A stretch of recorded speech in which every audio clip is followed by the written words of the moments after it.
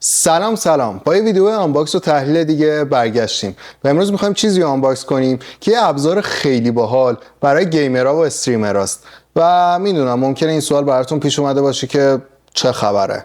آدیو شاپ، گیمرها.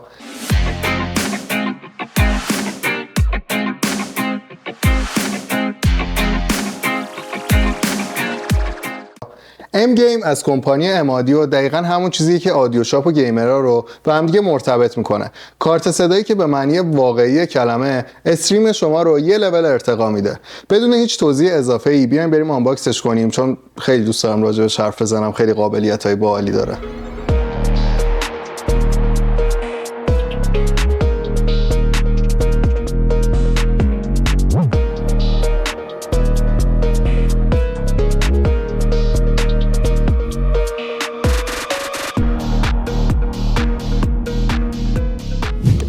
اولین چیزی که داخل جعبش میبینین خود کارت صداست که زیرش منبع تغذیه برق یا همون آداپتورشه و کابل رابطش به سیستم که یک کابل USB-A به USB-B. حقیقتا من با نوع بسته‌بندی و جعبه‌اش زیاد ارتباطی برقرار نکردم. مثلا اون کارتون شونه تخم مرغی داخلش یا جنس پلاستیکایی که استفاده شده زیاد حس خوبی بهتون نمیده. ولی اگه بخوایم راجع به طراحی خود دستگاه صحبت کنیم، علاوه بر زیبایی ظاهریش، UIش کاملا متناسب با کارکردش طراحی شده که در ادامه که با کارکردش آشنا شدیم راجع به این موضوع بیشتر باهاتون صحبت میکنم.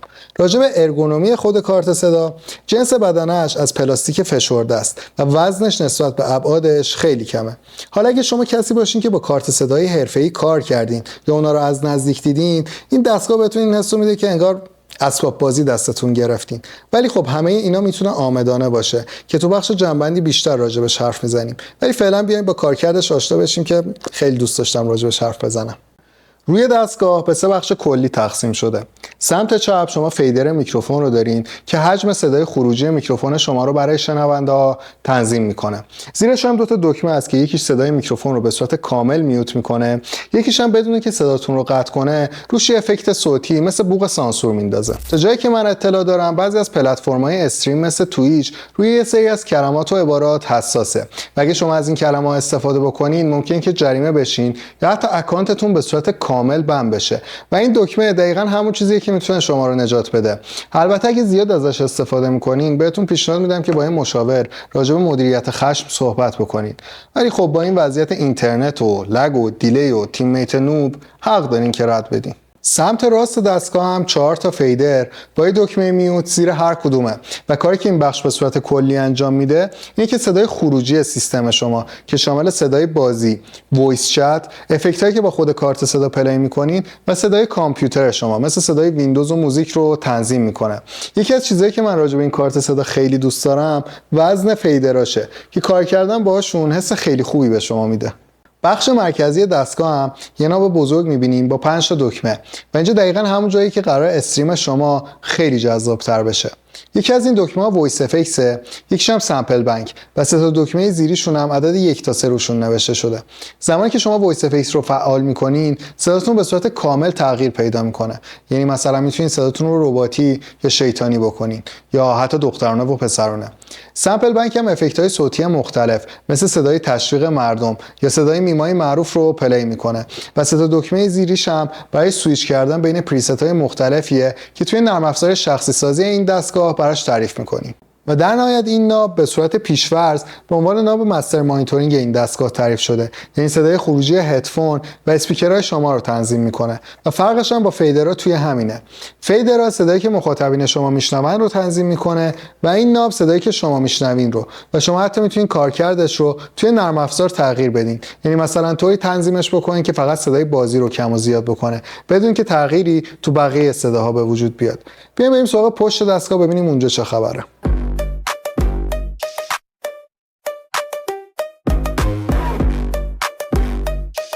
پشت دستگاه ورودی اکسلار میکروفون رو داریم که کنارش ناب گینه و همونطور که میبینین خبری از دکمه 48 ولت یا همون فانتوم پاور نیست، ولی این دستگاه میکروفونای کاندنسر هم ساپورت میکنه و شما برای فعال کردن فانتوم پاورش باید برین سراغ نرم افزار که البته نمیدونم چه کار مزخرفی تو طراحی این کارت صدا بود. خب وقتی قابلیت سخت افزاریش هست یه دکمه است دیگه، بذار.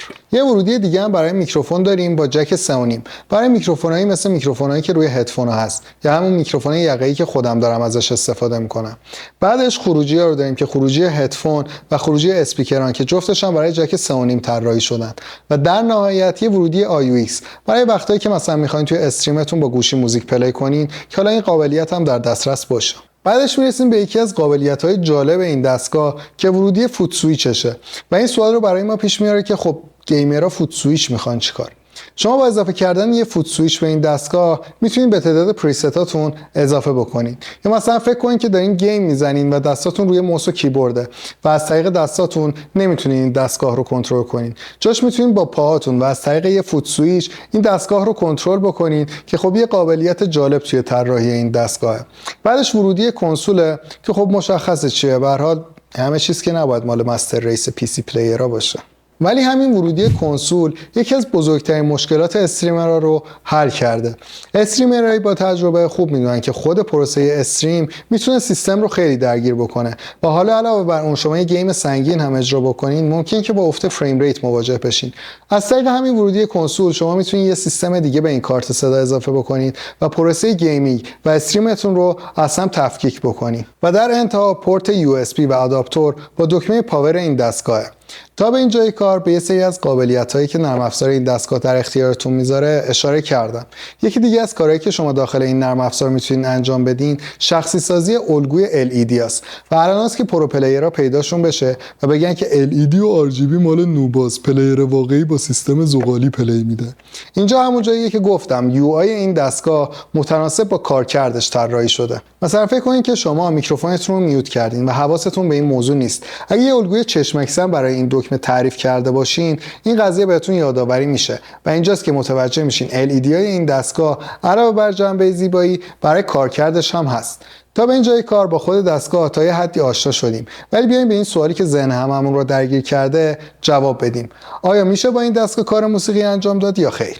این دستگاه یه رابط صوتیه و روی کاغذ کارت صدا محسوب میشه و همونطوری هم که خودتون دیدین ورودی میکروفون XLR با پریامپ از کمپانی کریستال رو داره، ولی هیچ چیزیش از داینامیک رنج مبدلهاش تا نویز فلورش تا سمپل ریتش در حد یه میکس و مستر نیمه حرفه‌ای هم نیست و نهایت کاری که میتونین باش انجام بدین تمرین روزانه و اتود زدنه. پس در نتیجه اگه بهش به چشم یه کارت صدای همه فن حریف نگاه کنین حسابی قرار ناامید بشین. برای اگه بهش بیشتر به چشم یه میکسر استریم نگاه کنین متوجه میشین که هر گیمر و استریمری به راحتی میتونه عاشق این دستگاه بشه. و این داستان ما رو میرسونه به موضوعی که اول ویدیو بهش اشاره کردم.